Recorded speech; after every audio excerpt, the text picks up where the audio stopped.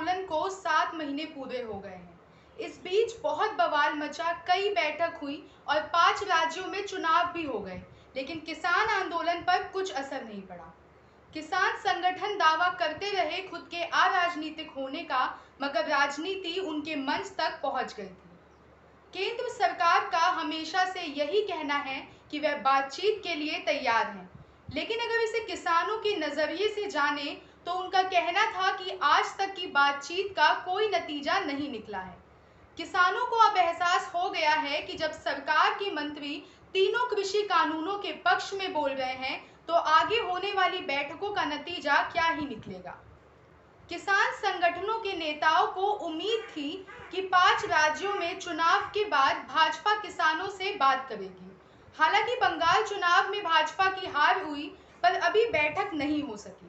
इन्हीं सब के चलते किसान संगठन अगले साल होने वाले चुनावों में लोगों के बीच जाएंगे और उनका कहना है कि वे सरकार की सच्चाई से जनता को अवगत कराएंगे।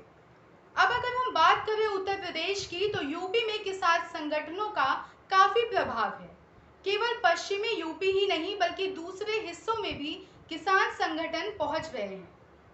किसान नेताओं की पूरी कोशिश है कि चुनाव वाले राज्यों में हर विधानसभा क्षेत्रों में बैठक कराई जाए।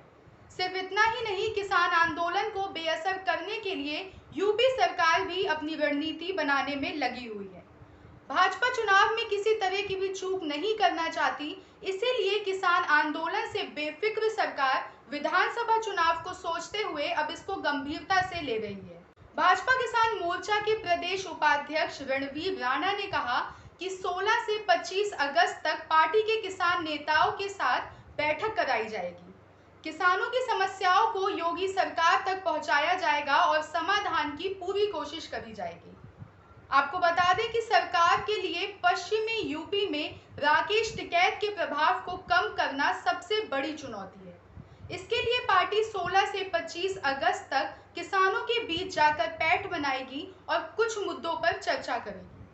छोटी छोटी चौपालें लगाकर किसानों से सीधा बात करी जाएगी और उनको बताया जाएगा कि भाजपा सरकार ने किसानों के लिए अब तक क्या क्या कदम उठाए हैं। कहा जा रहा है कि 25 सितंबर तक किसानों की मांगों और समस्याओं का रिकॉर्ड सीएम योगी को दिया जाएगा।